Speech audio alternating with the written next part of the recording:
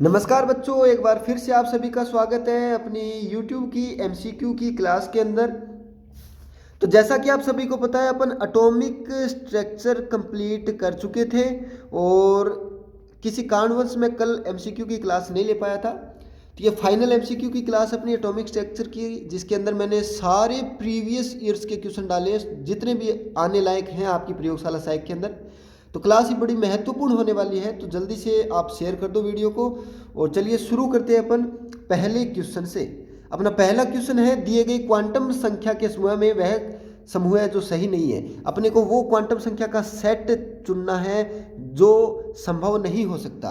किसके नियम के अनुसार? पाउली के वर्जन नियम के अनुसार, अहबाउ नियम के अनुसार और हुंड नियम के अनुसार। तो पहला ऑप्शन है अपना n=3 है, तो l की वैल्यू कितनी होगी? 0, 1 और 2।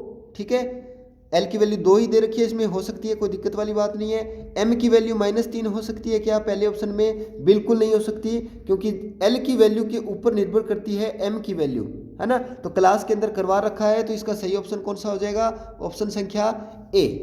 कोई दिक्कत नहीं है। चलिए नेक्स्ट आगे, बाकी सारे ऑप्शन सही मिलेंगे आपको, बी सी डी, कोई दिक्कत वाली बात नहीं है। चलिए नेक्स्ट क्वेश्चन करते हैं। नेक्स्ट क्वेश्चन है अपना, नाभिक का आकार किस में मापा जाता है? तो मैंने आपको क्लास के अंदर करवा रखा है, जो नाभिक का आकार है वो फर्मी कोटि का होता है ना। और फर्मी कितना होता है? 10⁻⁻15 मीटर, है ना। कोई दिक्कत वाली बात नहीं है, कर सकते हो आसानी से। और नाभिक का आकार फर्मी कोटि में, और परमाणु का आकार आपको पूछा जाए परमाणु का आकार किस में मापा जाता है, किस में मापा जाता है, तो आप बता दोगे कि उसका जो मान है वो एंगस्ट्रॉम में परमाणु को मापा जाता है, उसका आकार मापा जाता है। एंगस्ट्रॉम होता है 10⁻⁻10 मीटर। कोई दिक्कत वाली बात नहीं है, प्रीवियस ईयर का क्वेश्चन है, आसानी से कर सकते हो, क्लास के अंदर करवा रखा है। नेक्स्ट, जब एक इलेक्ट्रॉन किसी निश्चित कक्षा में चक्कर लगाता है तब क्या होता है? जिन बच्चों को पता है जल्दी से आंसर कमेंट करो, जल्दी से। ठीक है, तो अपना पहला ऑप्शन है इट ऑब्जॉर्व एनर्जी है, ऊर्जा का अवशोषण करता है। बिल्कुल नहीं करता ऊर्जा का अवशोषण।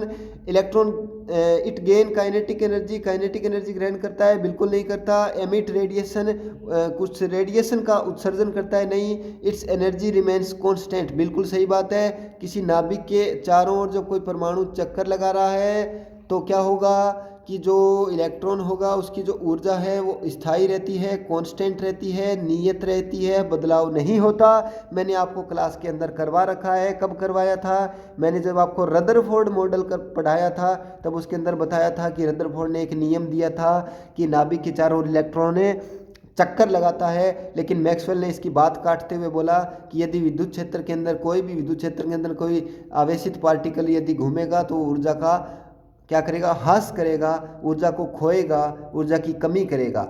लेकिन बोहर ने इसका जवाब दिया था कि ऊर्जा क्या रहती है? कांस्टेंट। तो मैंने आपको क्लास के अंदर करवा रखा है, किसी पर समस्या वाली बात नहीं है। चले आगे, नेक्स्ट क्वेश्चन नंबर 4। यदि n=3 हो तो l का कौन सा मान सही नहीं है? l का मान पूछा है यहाँ पे, t नहीं है बच्चों, l है। तो जल्दी से आंसर कमेंट करो। n=3 के लिए n होती है मुख्य क्वांटम संख्या, n आपको दे रखी है 3। जल्दी से आंसर कमेंट करो, कितने बच्चों को आता है देखते हैं जल्दी से। तो यदि n=3 हो तो कौन सा मान सही नहीं है? n के 3 मान के लिए, सॉरी यार ये गलत टाइप हो रखा है, फिजिक्स MCQ नहीं है, ये केमिस्ट्री MCQ है ना। कोई बात नहीं है, अपने जो टाइप राइटर हैं उन्होंने मिस्टेक हो गई है, कोई खास बात नहीं है। n=3 है तो l की वैल्यू कौन सी होगी? तो हमें पता है l= होता है 0 से n-1 तक, कोई दिक्कत वाली बात नहीं है। तो कौन सी वैल्यू हो जाएगी l की? 0, 1 और 2, यानी कि 0 हो सकती है, 1 हो सकती है, 2 हो सकती है, 3 नहीं हो सकती। तो ये इसका कौन सा आंसर आ गया? डी ऑप्शन इसका सही होगा, कोई दिक्कत वाली बात नहीं है। नेक्स्ट पर क्वेश्चन करने से पहले मैं आपको बता दूं, पिछली क्लास में एक क्वेश्चन मैंने करवाया था, वो क्वेश्चन था नीट 2013 का क्वेश्चन था, और उसमें एक बच्चे को प्रॉब्लम है, काफ़ी सारी बहस हुई थी उस क्वेश्चन पे। तो मैं उस बच्चे को वो समझा दूंगा। आज की क्लास में मैंने वो क्वेश्चन ऐड कर रखा है, तो नेक्स्ट जब भी वो आएगा इसके अंदर क्रम में तो मैं आपको बता दूंगा। क्लोरीन परमाणु और क्लोरीन आयन में कौन सी संख्या अलग अलग है आपको बताना है। जल्दी से आंसर कमेंट करो, जिन बच्चों को आता है कमेंट करो जल्दी से।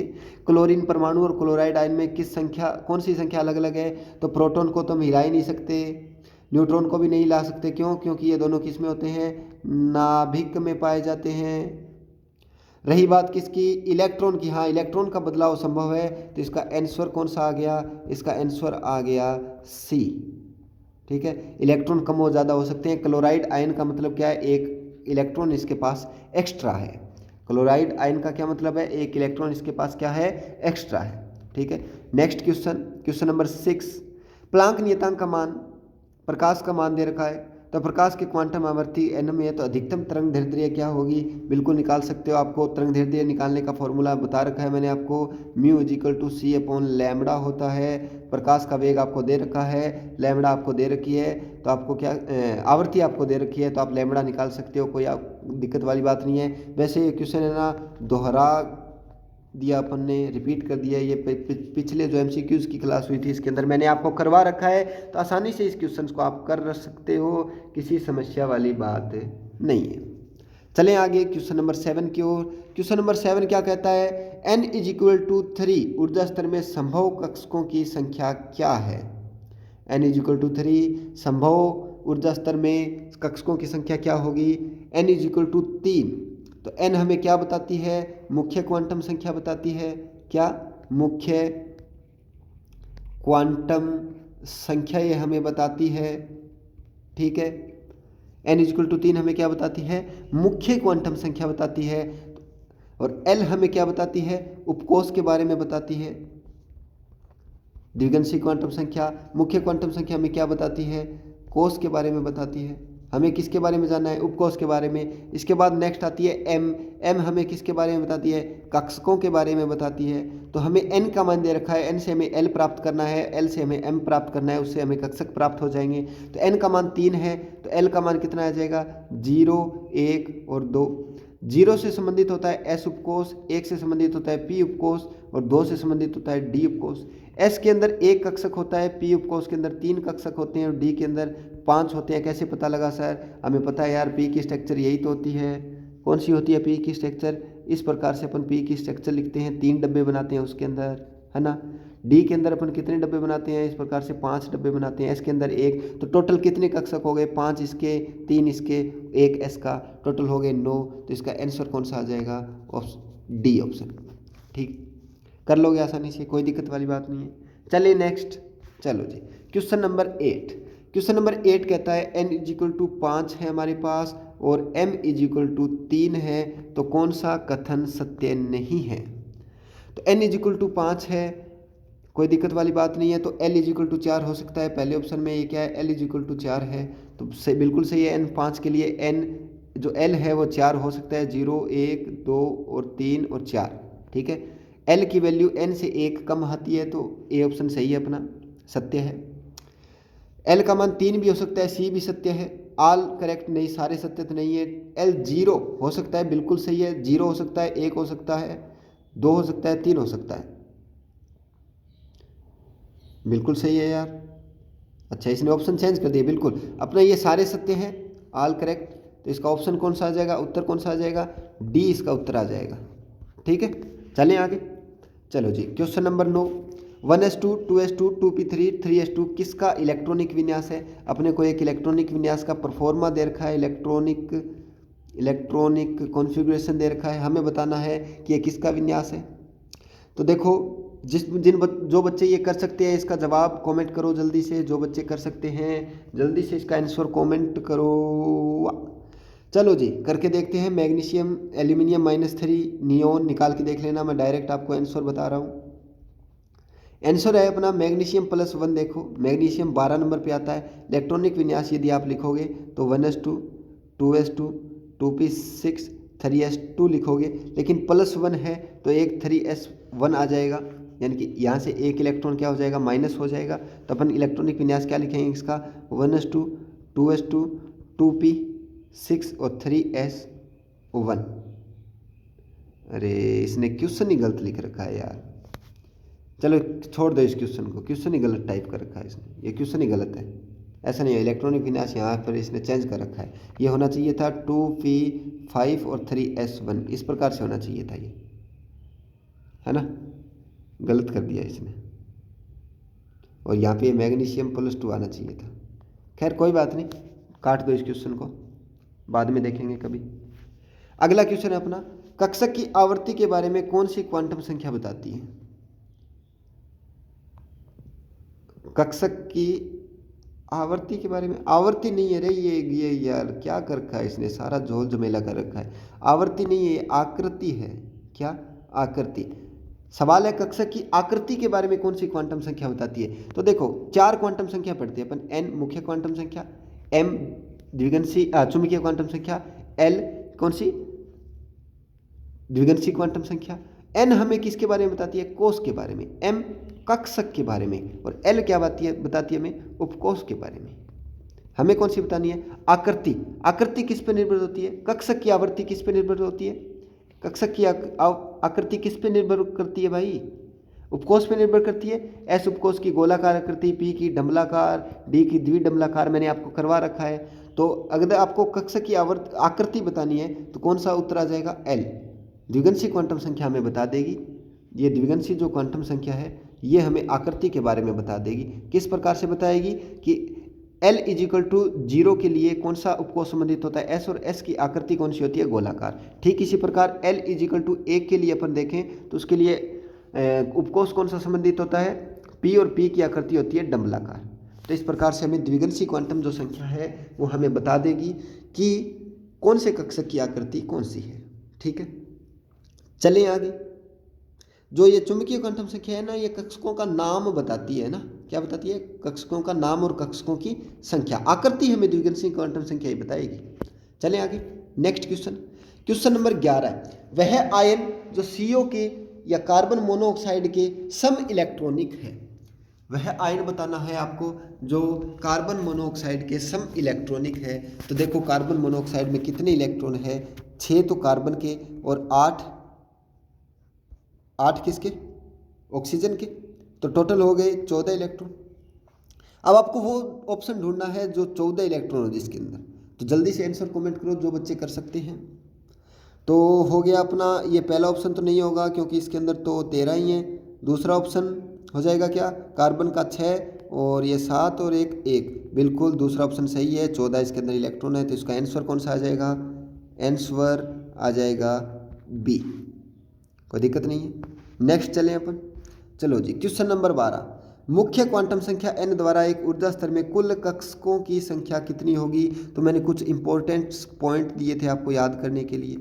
अगर जिन बच्चों ने क्लास ली थी और उनको ये इंपॉर्टेंट पॉइंट याद हैं तो वो जल्दी से इस क्वेश्चन का आंसर कमेंट करो। क्या? मुख्य क्वांटम संख्या n द्वारा एक ऊर्जा स्तर में कुल कक्षकों की संख्या कितनी होगी? तो मैंने आपको बताया था, डायरेक्ट याद रखना है, n²। तो इसका आंसर कौन सा आ जाएगा? आंसर आ जाएगा डी। जिन बच्चों ने डी आंसर कमेंट किया है वो उनका बिल्कुल सही है। शाबाश बेटा, आगे चले। क्वेश्चन नंबर 13, एक इलेक्ट्रॉन की मुख्य क्वांटम संख्या n = 3 है। इसमें उपकोषों की संख्या होगी। अच्छा ये अरे क्या कर रखा है, आपको दे रखा है n = 3। ठीक है, इसके लिए आपको उपकोष बताने हैं कितने होंगे। ठीक है, और क्या बताना है? कक्षक बताने हैं कितने होंगे। ठीक है, तो n = 3 हमें दे रखा है, तो हमें पता है l = कितना होगा? 0, 1 और 2, यानी कि 3 उपकोष होंगे। l हमें क्या बताता है? उपकोषों की संख्या। तो 0 के लिए s उपकोष संबंधित है, 1 के लिए p उपकोष, 2 के लिए d उपकोष। तो उपकोष तो हो गए कितने? टोटल 3। कक्षक देखो आप कितने होंगे? d के अंदर 5, p के अंदर 3 और s के अंदर 1। टोटल कक्षक कितने हो गए? 9। तो ऐसा ऑप्शन है क्या जिसमें 3 और 9 हो? बिल्कुल है, ऑप्शन नंबर सी देखो। तो ये वाला अपना क्या हो जाएगा? सही उत्तर हो जाएगा।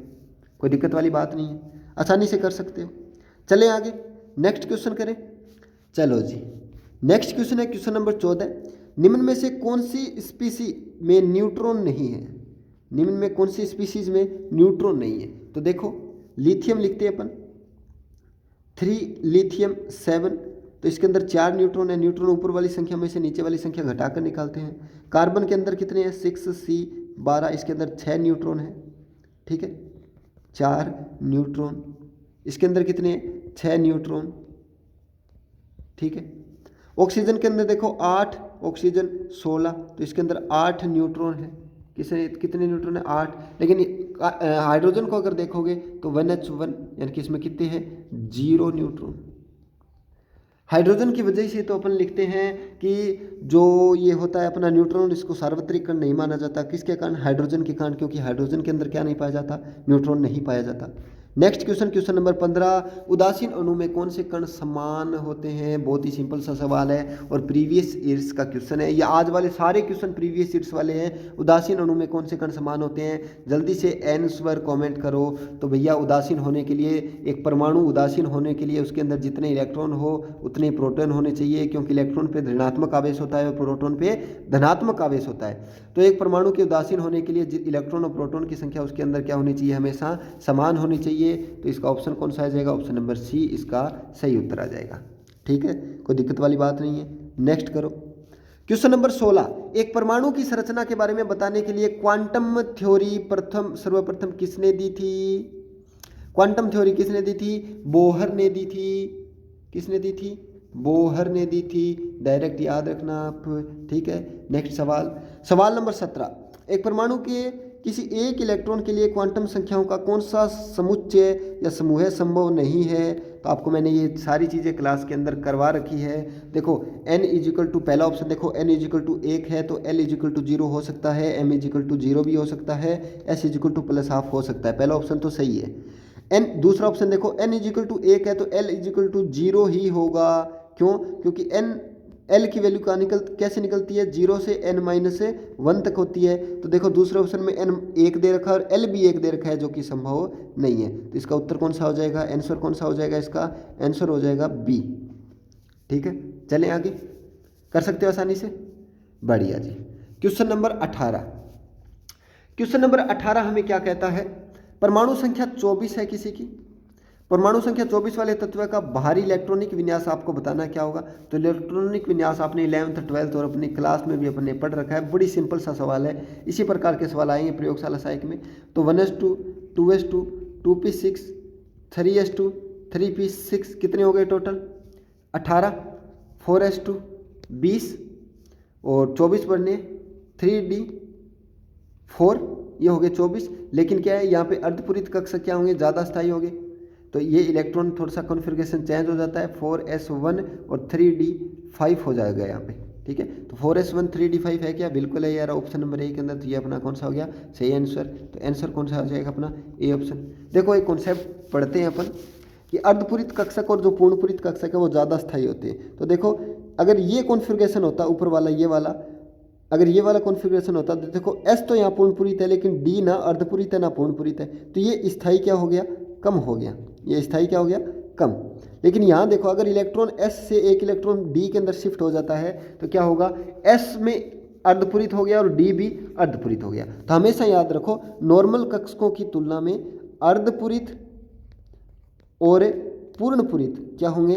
ज़्यादा स्थायी होंगे। अर्धपूरित और पूर्णपूरित क्या होंगे? ज़्यादा स्थायी होंगे। ठीक है, तो इस आधार पे अपना ऑप्शन नंबर ए इसमें सही होगा। नेक्स्ट क्वेश्चन नंबर 19, नाइट्रोजन के विन्यास में 3 अयुग्मित इलेक्ट्रॉन की उपस्थिति किस पर आधारित है? 3 इलेक्ट्रॉन नाइट्रोजन में होते हैं। इलेक्ट्रॉनिक विन्यास लिखते हैं 1s2 2s2 2p4, कितने हो गए? 7 हो गए ना? हाँ ठीक है, 8 हो गए यार, ये तो 2p3 आएगा, 2p3 है ना। 1s2 2s2 2p3, s के अंदर 2 इलेक्ट्रॉन, इस s के अंदर भी 2 इलेक्ट्रॉन और p के अंदर कितने? 3 इलेक्ट्रॉन, 1 2 3। देखो इस प्रकार से इलेक्ट्रॉन भरते हैं अपन, एक एक इलेक्ट्रॉन। अगर इसी इलेक्ट्रॉन को अपन इस प्रकार से भरते 1 2 और 3 तो एक अयुग्मित इलेक्ट्रॉन होता, लेकिन इस प्रकार से अपन भरते नहीं है। क्यों? क्योंकि हुंड ने एक नियम दिया था, हुंड ने एक नियम दिया था क्या? कि समान चक्रण वाले इलेक्ट्रॉन की संख्या में मैक्सिमम रखनी है। पहले अपन सारे कक्षकों में एक एक इलेक्ट्रॉन भरेंगे, अयुग्मित करेंगे, उसके बाद युग्म बनाना शुरू करेंगे। तो हुंड का नियम होता है ये कि 3 अयुग्मित इलेक्ट्रॉन को अपन पहले भरेंगे, उसके बाद अपन पेयरिंग स्टार्ट करेंगे। तो ये कौन सा नियम है? हुंड का नियम। तो अपना उत्तर कौन सा हो जाएगा? अपना ये वाला। ठीक है, चलिए नेक्स्ट क्वेश्चन की ओर। क्वेश्चन नंबर 20, आकार का सही क्रम है। आपके पास एक आयोडीन है, एक आयोडीन प्लस है और एक आयोडीन माइनस है। इलेक्ट्रॉन ज़्यादा तो जेड इफेक्टिव क्या? कम। इलेक्ट्रॉन ज़्यादा तो परिरक्षण प्रभाव क्या? परिरक्षण प्रभाव ज़्यादा। इलेक्ट्रॉन ज़्यादा तो परिरक्षण प्रभाव ज़्यादा, उससे साइज क्या? ज़्यादा। तो सबसे ज़्यादा साइज I- का, उसके बाद I का और उसके बाद I+ का। इलेक्ट्रॉन कम तो परिरक्षण कम, इसमें इलेक्ट्रॉन कम तो परिरक्षण कम, और जेड इफेक्टिव क्या ज़्यादा, तो यह साइज का क्रम हो जाएगा। तो देखो आई माइनस का सबसे ज़्यादा, ऑप्शन नंबर सी के अंदर देखो बिल्कुल सही है। तो इसका आंसर कौन सा आ गया, ऑप्शन नंबर सी, कोई दिक्कत वाली बात नहीं। चलें आगे, क्वेश्चन नंबर 21, अधिकतम ऊर्जा वाला कक्षक है। अधिकतम ऊर्जा कैसे ज्ञात करते हैं, मैंने आपको क्लास के अंदर बता रखा है, n+l नियम के आधार से करते हैं। तो जल्दी से इसका आंसर कमेंट करो, n+l नियम के आधार पर। जिसकी n+l की वैल्यू ज़्यादा होगी, जिसकी n+l की वैल्यू ज़्यादा होगी उसकी ऊर्जा भी क्या होगी, ज़्यादा होगी, उसकी ऊर्जा भी क्या होगी, ज़्यादा होगी। भाई कर सकते हो आसानी से। तो 3d 5p 4s, देखो n की वैल्यू सबसे ज़्यादा 6d में है, n यहाँ पे 6 है, तो उसकी ऊर्जा सबसे ज़्यादा, तो ऑप्शन कौन सा आ गया, डी ऑप्शन इसका सही आंसर आ गया, कोई दिक्कत वाली बात नहीं। चलो आगे, क्वेश्चन नंबर 22, dz² कक्षक में उपस्थित अधिकतम इलेक्ट्रॉनों की संख्या कितनी है। dz², अरे कौन सा भी हो, dz² हो, dxy हो, dyz हो, एक कक्षक में तो हमेशा 2 इलेक्ट्रॉन आ सकते हैं यार, तो कौन सा ऑप्शन आ जाएगा, ऑप्शन नंबर ए इसका सही आंसर हो जाएगा, कोई दिक्कत वाली बात नहीं है। अरे कर सकते हो आसानी से, बिल्कुल सिंपल से सवाल है, मैंने सारे क्वेश्चन आपको किसके अंदर करवा रखे हैं, क्लास के अंदर करवा रखे हैं, बहुत सिंपल सवाल है। चलो, निम्न में से किसका द्रव्यमान इलेक्ट्रॉन के द्रव्यमान के संगत होता है, जल्दी से आंसर कमेंट करो। फोटोन, न्यूट्रॉन, पॉजिट्रॉन और प्रोटॉन, किसका द्रव्यमान इलेक्ट्रॉन के द्रव्यमान के समान होगा, बताओ जल्दी से बताओ भैया। फोटोन का तो नहीं होगा, फोटोन का तो द्रव्यमान शून्य मानते हैं अपन, गतिमान द्रव्यमान फोटोन का शून्य होता है। न्यूट्रॉन की बात करें तो न्यूट्रॉन और जो प्रोटॉन है उनका बराबर होता है, इलेक्ट्रॉन से तो ज़्यादा होता है इनका, तो इलेक्ट्रॉन का किसके सामान्य होता है, पॉजिट्रॉन के। इलेक्ट्रॉन पॉजिट्रॉन क्या है, एक दूसरे के एंटी पार्टिकल है, तो इनका द्रव्यमान क्या होता है, समान। इलेक्ट्रॉन और पॉजिट्रॉन का जो आवेश होता है, इलेक्ट्रॉन पे तो E- होता है, लेकिन पॉजिट्रॉन पे E+ आवेश होता है। पॉजिट्रॉन का आवेश प्रोटॉन के समान होता है, लेकिन द्रव्यमान इलेक्ट्रॉन के समान होता है। तो आप एक बार इतना ही ध्यान में रखो, आप जब नाभिकीय वाला चैप्टर आपको पढ़ाएंगे ना, नाभिकीय रसायन, तो उसके अंदर electron, positron, neutron, anti neutron सब कुछ करवाएंगे आपको, ठीक है। तो क्वेश्चन नंबर 23, निम्न में से किसका द्रव्यमान इलेक्ट्रॉन के समान है, तो उत्तर आ जाएगा पॉजिट्रॉन, ठीक है। नेक्स्ट क्वेश्चन, हीलियम का स्पेक्ट्रम किसके जैसा प्राप्त होगा। हीलियम में इलेक्ट्रॉन कितने हैं भाई, 2 इलेक्ट्रॉन है, तो 2 इलेक्ट्रॉन वाला, जिस परमाणु में 2 इलेक्ट्रॉन होंगे ना, वो उसका स्पेक्ट्रम भी हीलियम के समान होगा। इलेक्ट्रॉन जिसमें समान, उनका स्पेक्ट्रम भी समान। तो लिथियम प्लस में देखो, लिथियम 3 नंबर पे आता है, लेकिन प्लस लगा दिया, यानी कि 1 इलेक्ट्रॉन निकाल रखा है, तो लिथियम में इलेक्ट्रॉन कितने हैं, 2, तो इसका उत्तर कौन सा आ जाएगा, बी उत्तर, ठीक है। क्वेश्चन नंबर कंप्लीट है जी, सारे सवाल अपने क्या कर लिए, कंप्लीट कर लिए, ठीक है। उम्मीद करता हूँ आपको इन MCQs के अंदर मज़ा आया होगा, ठीक है। तो मिलते हैं अपन आज शाम को, जो दोबारा क्लास होगी अपनी S ब्लॉक पे आधारित, जो अपने सवाल होंगे उनसे संबंधित, तो MCQ वाली क्लास लेते रहे। तब तक के लिए धन्यवाद, जय हिंद, जय भारत।